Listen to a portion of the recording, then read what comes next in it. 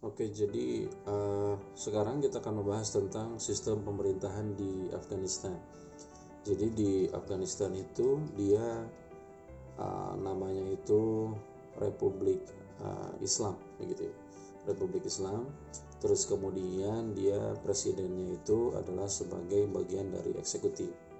Terus kemudian uniknya di Afghanistan itu wakil presidennya itu dia melalui pemilihan umum juga sama, cuman uniknya adalah dia bisa 2, 3 atau bahkan 4 wakil presiden begitu. Lalu kemudian untuk syaratnya dia harus orang muslim, terus kemudian harus lahir dari orang tua yang memang dari Afghanistan, terus kemudian tidak pernah mendapatkan kewarganegaraan lain, hampir sama sih seperti presiden di Indonesia yang dia tidak pernah memiliki kewarganegaraan lain selain Indonesia begitu. Terus kemudian setidaknya dia berumur 40 tahun, terus kemudian untuk pemilihannya itu hampir sama juga di Indonesia, yaitu ada harus 50% plus 1 dan melalui mekanisme pemilihan umum. Terus kemudian untuk jabatannya itu adalah 5 tahun. Terus kemudian dia dibatasi hanya 2 periode saja. Lalu kemudian dia sama seperti panglima tertinggi juga di Indonesia juga sama kan, bahwa presiden itu adalah panglima tertinggi angkatan bersenjata. Terus kemudian ini hal yang unik itu adalah tentang di Afghanistan itu ada istilah loya jirga. Jadi presiden itu berhak untuk mengadakan loya jirga begitu. Loya jirga itu jadi semacam pertemuan dan isinya itu ada majelis nasional, isinya itu ada perwakilan-perwakilan dari etnis, perwakilan-perwakilan dari suku, perwakilan dari ketua adat atau tokoh masyarakat atau tokoh adat begitu, lalu kemudian berkumpul menjadi satu untuk membahas sebuah hal yang sangat urgent atau yang sangat penting seperti mengubah konstitusi dan lain sebagainya, seperti itu. Terus kemudian untuk di parlemennya, jadi di sana itu ada parlemen yang namanya itu Dewan Menteri. Nah, Dewan Menteri itu dia dibentuk oleh presiden. Terus kemudian menterinya pun atau PM-nya itu dia juga dinominasikan oleh presiden. Terus kemudian harus oleh mekanisme melalui legislatif atau majelis nasional. Nah, di sana itu majelis nasionalnya itu ketua dewannya itu adalah presiden begitu. Kalau di Indonesia kan ketua DPR-nya berbeda ya dengan presiden, tapi kalau di sana ketua dewannya itu adalah dewan menterinya itu adalah presiden. Terus kemudian dia menganut bikameral, yaitu 2 kamar, ya, ada majelis tinggi dan ada majelis rendah. Untuk yang majelis tinggi atau majelis nasional itu dinamakan Wolesi Jirga. Wolesi Jirga ini dikenal juga dengan rumah rakyat. Ini Wolesi Jirga,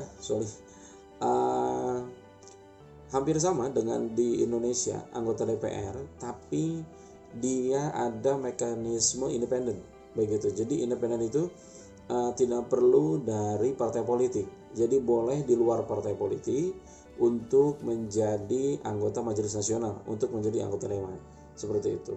Kan kalau di Indonesia yang tidak perlu pakai mekanisme jalur partai politik itu adalah Senat atau DPD ya, Dewan Perwakilan Daerah.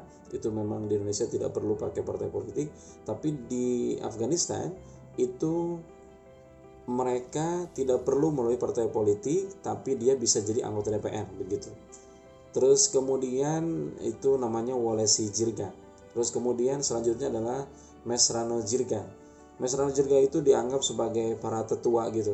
Nah, mereka mekanisme pemilihannya itu dia itu dipilih oleh presiden, terus kemudian majelis-majelis di konsil lokal atau di dewan-dewan lokal begitu di pemerintahan daerah, contohnya gubernur, kemudian wali kota, yang dia menunjuk seseorang begitu berdasarkan kecakapannya untuk menjadi Mesrano Jirga begitu, atau disebut sebagai, kalau kita mengenal majelis rendah begitu kan. Kalau di dalam bikameral itu pasti ada istilah majelis rendah dan majelis tinggi begitu. Intinya 2 kamar lah, bahasa mudahnya begitu.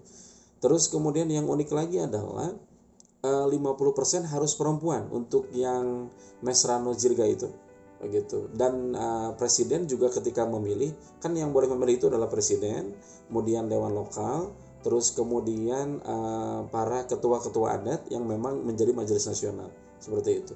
Nah, harus yang diusulkan oleh presiden itu harus 50%-nya itu adalah keterwakilan perempuan. Terus kemudian masa jabatan mereka itu untuk masa jabatan 3, 4, sampai 5 tahun. Itu tergantung dari bagaimana presiden nyuruhnya atau Dewan Konsil nyuruhnya lah, seperti itu. Sepertinya itu saja untuk presiden di Indonesia, di Afghanistan. Terus apalagi ya?